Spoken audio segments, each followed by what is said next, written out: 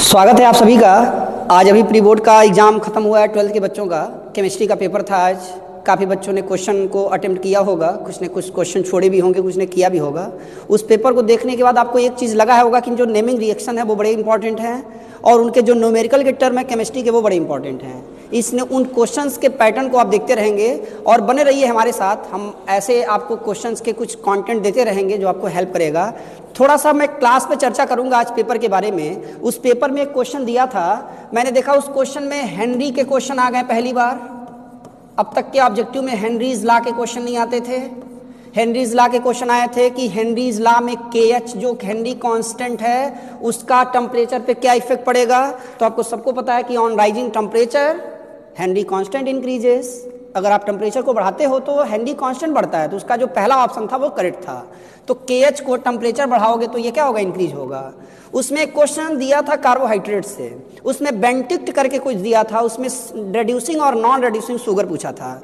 तो आपको पता है कि एल्डिहाइड और कीटोन ये दोनों टॉलन रिएजेंट को, फेलिंग सोल्यूशन को, क्योंकि कीटोन तो नहीं फेलिंग को कर पाता है टॉलन को, क्योंकि जो कीटोन ऐसे ही कर पाएंगे जिनका सबसे पहले कीटोन एल्डिहाइड में कन्वर्ट होंगे, जैसे कि फ्रक्टोज में फंक्शनल ग्रुप कीटोन होता है, लेकिन फिर भी वो टॉलन रिएजेंट को इसलिए रिड्यूस कर पाता है क्योंकि वो सबसे पहले कन्वर्ट होता है ग्लूकोज में और तब वो बनता है ग्लूकोनिक एसिड।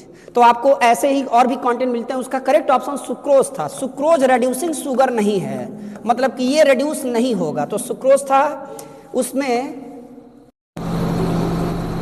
हाँ, तो फिर ये सुक्रोज है वो नॉन रेड्यूसिंग शुगर है। ये शुगर जो सुक्रोज है वो रेड्यूस नहीं कर पाएगा बेंटो वाला करेक्ट ऑप्शन था। ये टॉलन रिएजेंट को भी नहीं कर पाता, फेलिंग को भी नहीं कर पाता है। एक कार्बिल एमीन से भी क्वेश्चन दिया था कि कार्बिल एमीन रिएक्शन में कौन सा प्रोडक्ट बनता है। तो कार्बिल एमीन रिएक्शन में सबको पता है कि आइसोसाइनाइड बनता है। उस क्वेश्चन में नाम नहीं दिया था, उस क्वेश्चन में सीधे रिएक्शन दे दिया था कि एक कोई प्राइमरी एमीन है RNS2 KOH और क्लोरोफॉर्म के प्रेजेंस में रिएक्शन कराना था तो क्या बनेगा। तो उसमें बनता है RNC और RNC में ये NC अगर N अटैच होगा R से तो इसको हम कहते हैं आइसोसाइनाइड। तो उसका करेक्ट ऑप्शन था आइसोसाइनाइड।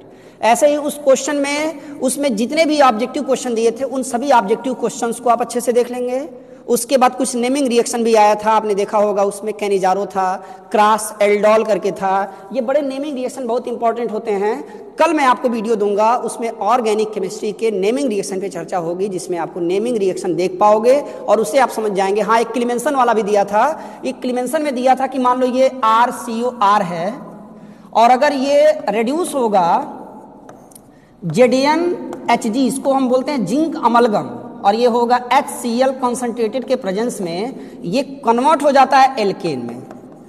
तो उसमें दिया था कि एसीटोन अगर रेड्यूस होगा जिंक अमलगम के प्रेजेंट में तो क्या देगा। तो उसका आंसर था प्रोपेन।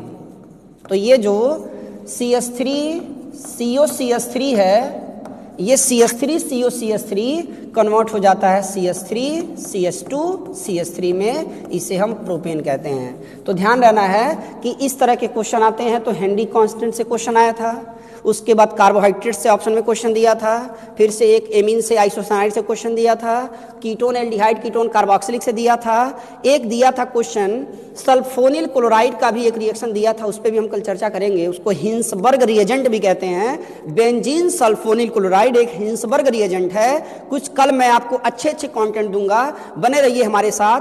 और भी आपको आगामी समय में मैं अच्छी वीडियो ले आऊंगा जो आपके लिए बड़ा बेनिफिशियल होगा, खास करके वो बच्चे जो 12th का प्रिपरेशन कर रहे हैं। Thank you.